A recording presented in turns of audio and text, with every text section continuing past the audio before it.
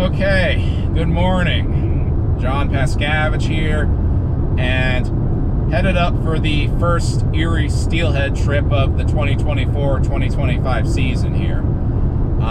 It's September, late September, and I gotta say, I feel like I'm in Groundhog Day with this anymore. I really do.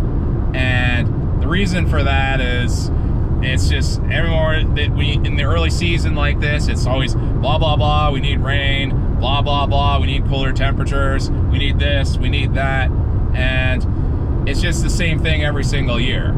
So, kind of just doing a scouting trip today to see what's what, just a day trip, coming up now, going home tonight, just to kind of see what's what, see how the fish are this year. And you know, what's what I've heard that what's being caught is actually really nice. Like, I've seen a lot of fish being weighed in that are 12, 13. There was a 15 pounder weighed in, and lots of double digits. So this year's class of fish seems to be starting off really well, and this is just the beginning. It's only going to get better. But anyway, it's truly amazing, right? Sorry for the voice crack there, but it's truly amazing that how desperate people are to catch these fish, right? Because I was actually online last night. I was online and I saw a photo. Somebody posted a picture of the wall, the boat launch wall down at Walnut Creek, and there were maybe 3 small spaces where you could squeeze in. This was 2:30, mind you, this was 2:30 in the morning. Okay, so on one hand we have that going for us, but on the other hand, I mean, can you really blame people for being excited and passionate about catching big aggressive fish that are, you know, they're relatively easy to catch? You really can't. I mean, there's nothing wrong with that, you know. So anyway, almost to Erie here, getting off the exit, and we're gonna see.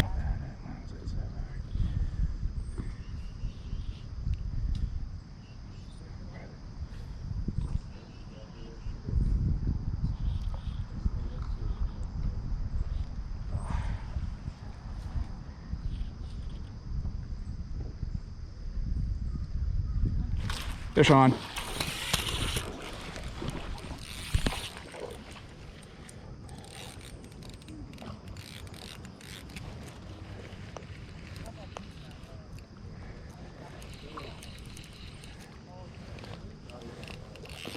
Coming down.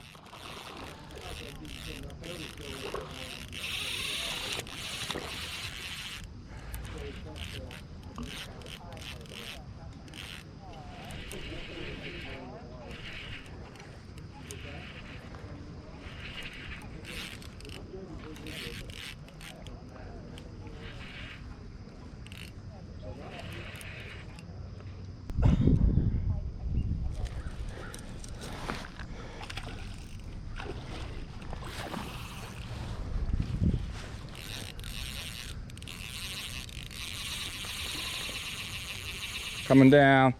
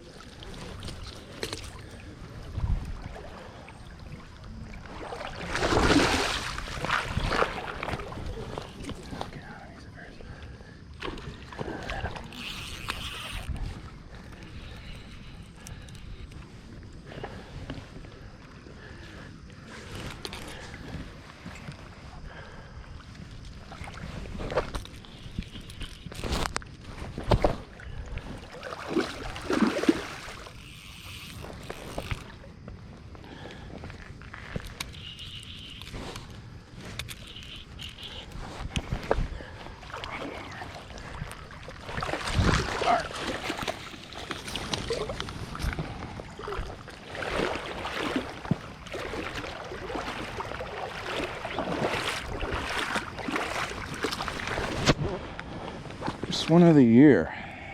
All right.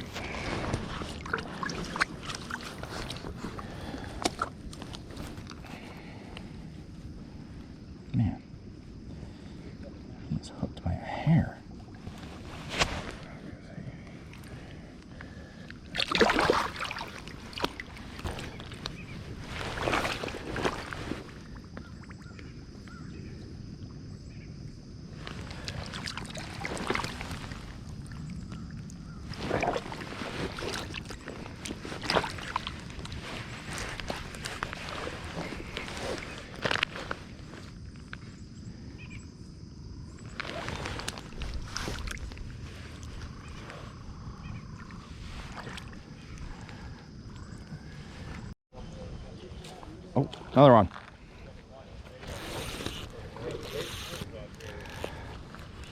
Tell everyone what I'm using in a second.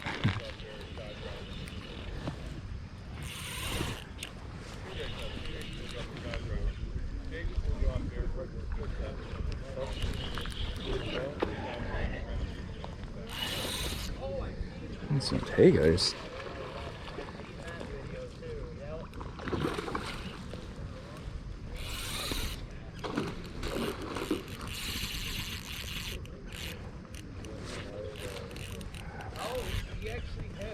Oh yeah, I see him take it.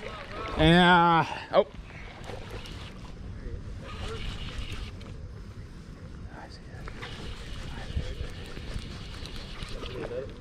If you don't mind.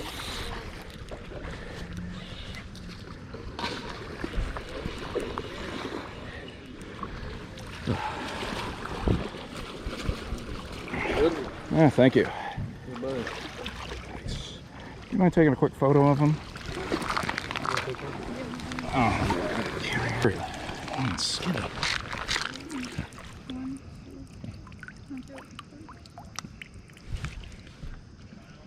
Thank you.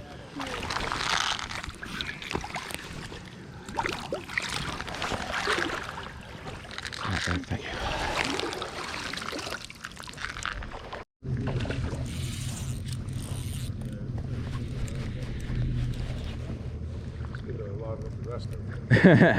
Turn them on a bit, maybe.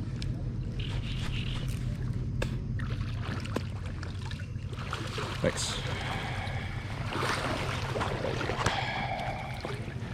Oh boy, he's got another fly in his mouth here. Mine always pops out when it gets in there and it's tiny.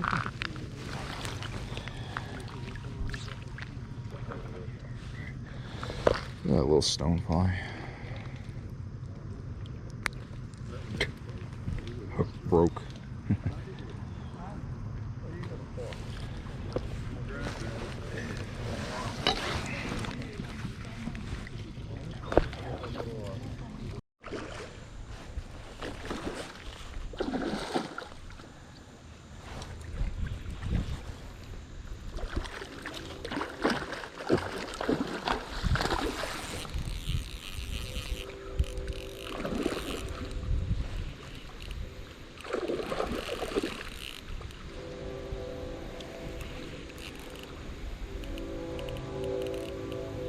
Catch him right here.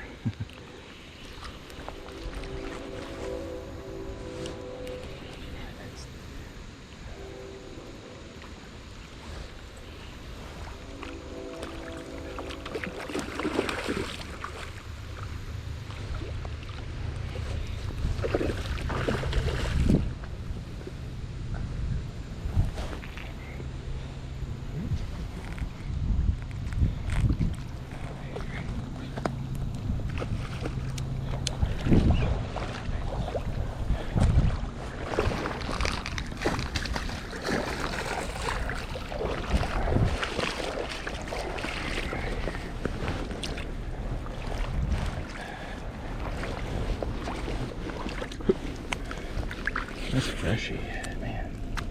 So, all things considered, pretty pleased with that first trip, considering how low and clear everything was and all the fishing pressure around.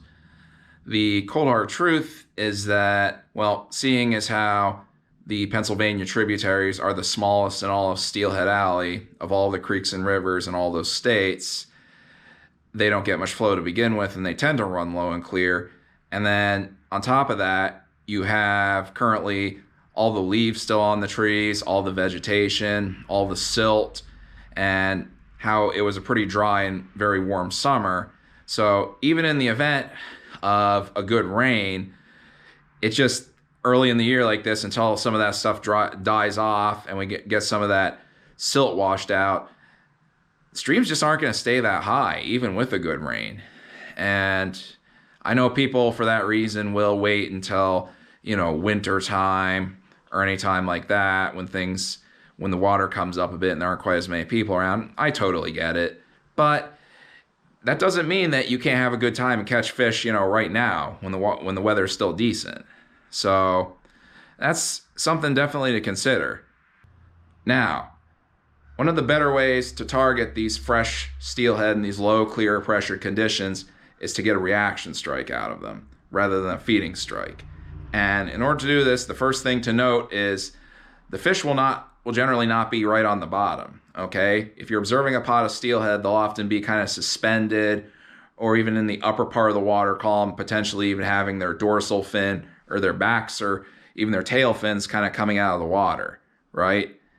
In order to do this, there's a few things you can do. One is you can use a small float to really suspend your fly, but the preferred method I've been using is using a little bulkier of a fly that has a little material that flows well, and you can use as little weight as you can get by with, or even weightless, and a light line, and presenting that fly a few inches above the fish, giving it an occasional twitch, or almost jigging it with your fly rod, just like you would work a jig or even a small streamer. Okay? And there's a variety of flies you can do this with, but this particular trip, the one that worked is my old faithful, the squirmy wormies. All three of these, this red, the pink, and even that violet color, they all caught fish. And as you can see, they have, these are size 14s. I think that the red's a size 12 there. They have a lot of spare material on them that just looks so natural, right? And that material, it really comes to life in the water, and it's just so seductive to the fish, and yet it's finesse enough that it's not going to spook them or look like it's too out of the ordinary. And furthermore, I believe that the reason this works so much, and I don't have any hard data or evidence to back this up. This is kind of my own opinion and my own opinion only, and I think there's a little bit of real world proof in it, is if you ever go to one of the hatcheries here in Pennsylvania where they have the stock trout, they're raising the stock trout, they're fed pellets. You hear them referred to as pellet heads, okay? And they're fed, essentially, it looks like little brown dog food pellets. And the smolts that are stocked, the steelhead smolts, which are raised at Linesville and the Fairview hatcheries, they're fed the same exact thing, right? Before they're stocked. And if you ever go and you watch one of those feedings, it's a great place to take kids, or if you're a teacher looking for a good field trip for your kids, that would be a great option. You watch them, they in all the little pools they have, the pellets, they go in and they hit the water, they float on the water, soak up water, and then they slowly start sinking, and eventually something starts taking it, right? They don't just sink to the bottom like a rock. It's a slow process. And for that reason, I believe that it's not so much that these fish are feeding on worms. It's that they see that something falling into the water real slowly. And I think that that's ingrained into them from their days in the hatchery. And they just don't really ever grow out of that. And I believe that further proof of that stands in the fact that I've had it happen where I'll be float fishing or fishing with an indicator, and I'll have a steelhead actually come up and hit my indicator and even become quote unquote hooked on a pointy part of it or even a hard part of it. So the other part of this equation is to use as light of a line and as light of a tippet as you can get by with, okay? And for that reason, I choose this stuff right here. This is Cortland Ultra Premium Fluorocarbon Tippet. It's 5.7 pound test, 5X, and it's actually 0.006 inches, 0.152 millimeters, which that is very thin, and that's actually the same thickness as 6X of some brands. So, considering that and how strong it is for a same thickness, it is pricey at I think it's about $21 a spool, but the peace of mind you get with it is just unbelievable.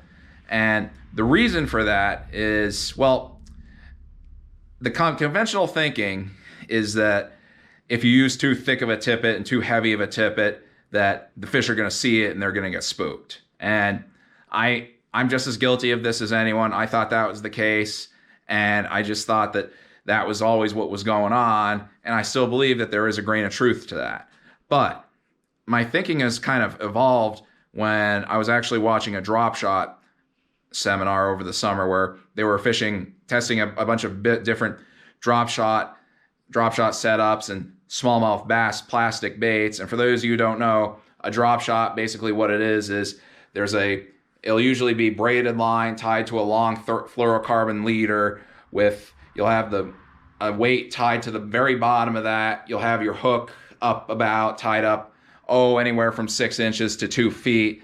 And it basically suspends your bait there. So you can get it down and catch fish that are just off the bottom or just suspended, or even that you see on your electronics. But what they were doing was they were testing out these different baits, but they were also testing out different fluorocarbon line leaders. Okay? And what they found that those, as they dropped down, they were using, I think they went from like 12 pound all the way down to 2 pound. And they tried some JDM brands that had like 7 pound and 5 pound and some odd numbers. But what they found is about every 2 pounds they went down, it looked that much more natural, and there was about 10% more action in that bait. And when they went down to 2 pound test, you wouldn't have been able, if you didn't know better, you wouldn't have been able to tell the difference between a small goby plastic and a goby itself, right? It was just that natural. But on the flip side of that, obviously when you're fishing for steelhead and there's double-digit pound fish swimming around there, 2 pound just isn't going to be ideal. So there is a middle ground, and I feel like this 5.7 pound test line is about perfect for satisfying that requirement. All things considered, still a very successful first trip, and as I've stated, the best is yet to come as we get a little precipitation, hopefully get some fresh fish in and kind of spread out what's in there already and move that up so that we can everybody can spread out and there's some more room for people. But I want to thank you for watching. Tight lines and God bless. Remember to like, comment, and subscribe if you haven't already, or if you have any questions or comments or feedback, let me know it down in the comments below. Or if you'd like to look around a little more, here's a few other videos I think you would enjoy. And until next time, thank you for watching. Have a great day.